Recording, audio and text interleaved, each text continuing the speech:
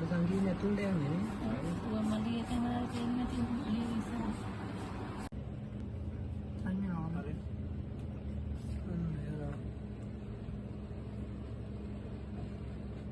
පොඩි ප්‍රමාණයක් මේන්නේ.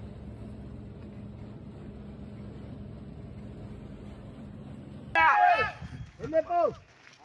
යන්න රක්කාලේ. ඔහම තියලා. බයික් තියලා යනවා. බයික් තියලා යන්න. බයික් දාලා යනවා. ඕනේ.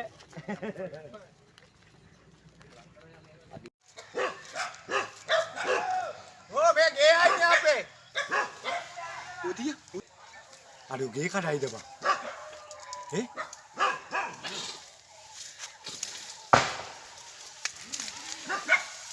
इनको लगा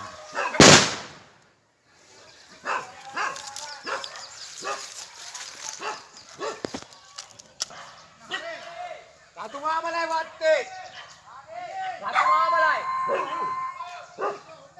කීර විතර ආවේ අලිය?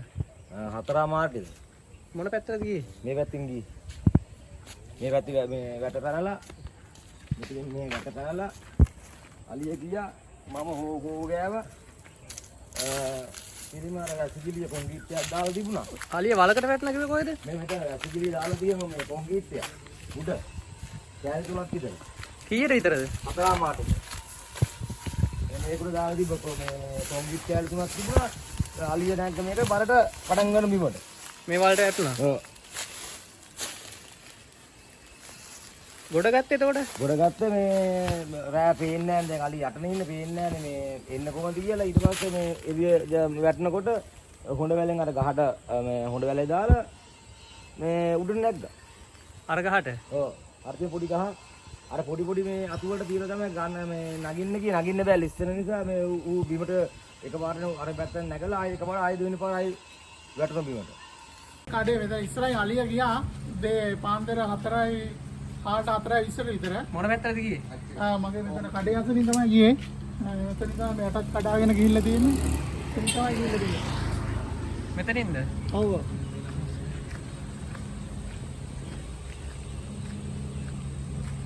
මෙතනට ඇවිල්ලා නෑ මෙතන වැටක් කඩාගෙන ඒ ගිහිල්ලා තියෙන්නේ යහපත් කාය අතන වැටක් කඩාගෙන ගිහිල්ලා.